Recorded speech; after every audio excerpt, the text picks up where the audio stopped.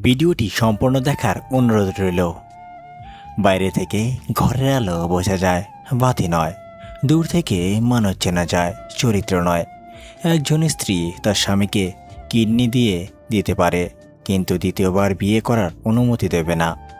আমাদের এক দোষ, যাকে ভালোবাসি তাকে পায় না, যে ভালোবাসে তাকে চায় না। চিন্তা করো না, কেউ বিনা কারণে তোমাকে ঘৃণা করলে একদিন বিনা কারণেই তোমার ভাগ্যে ভালোবাসাও জুটবে। ছোটবেলায় ব্যথা লাগলে মায়ের সেই আস্তে আস্তে ফু দিয়ে বলা, এখনই সব ঠিক হয়ে যাবে। পৃথিবীর কোনো কোম্পানি আজ অবধি এই মলম তৈরি করতে পারেনি। এই পৃথিবীতে সবচেয়ে স্ট্রং তো সেই, যে রাতে কাঁদে কিন্তু সকালে এমন আচরণ করে যেন কিছুই হয়নি।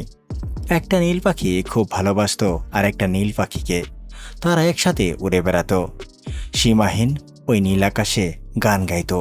একে অপরকে ঘিরে হঠাৎ একদিন একটা পাখির পায়ে খুব ব্যথা পেয়ে সে তার পা হারালো। তখন পাখিটি কাঁদতে কাঁদতে আরেকটা পাখিকে বলল, তুমি আমাকে ছেড়ে চলে যাবে না তো? তখন ওই পাখিটা তার কথা শুনে নিজের ডানা কেটে ফেলে, দিয়ে বলল, এইবার তো আমি চাইলেও তোমাকে ছেড়ে যেতে পারবো না। তুমি বিশ্বাস রাখতে পারো আমার উপর। এরপর একদিন খুব ঝড় তুফান শুরু হলো, চারিদিকে খুব অন্ধকার হয়ে উঠল।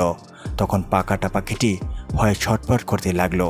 ডানা কাটা পাখিটি পা কাটা পাখিটিকে বলল, তুমি নিরাপদ স্থানে চলে যাও, আমার কথা চিন্তা করো না। ঝড় থামলেই তুমি ফিরে এসো, আমি এখানেই তোমার জন্য অপেক্ষা করব। তখন পা কাটা পাখিটি উড়ে চলে গেল নিরাপদ জায়গায়। ডানা কাটা পাখিটি ওই জায়গাতেই ঝড়ের মধ্যে থাকলো। তারপর ঝড় থামার পর পা কাটা পাখিটি এসে দেখলো ডানা কাটা পাখিটি মরে পড়ে আছে, আর তার পাশে মাটিতে লেখা ছিল, তুমি যদি একবার বলতে আমাকে ছেড়ে যাবে না, তাহলে আমি ঝড় তুফানকে হারিয়ে বেঁচে থাকতাম শুধু তোমারই জন্য। বাস্তবটা হলো, এটা গল্প হলেও সত্যি। এরকম ভিডিও পেতে আমাদের পাশেই থাকুন। ধন্যবাদ সবাইকে। আবার দেখা হবে আমাদের পরবর্তী ভিডিওতে। সেই পর্যন্ত ভালো থাকবেন, সুস্থ থাকবেন।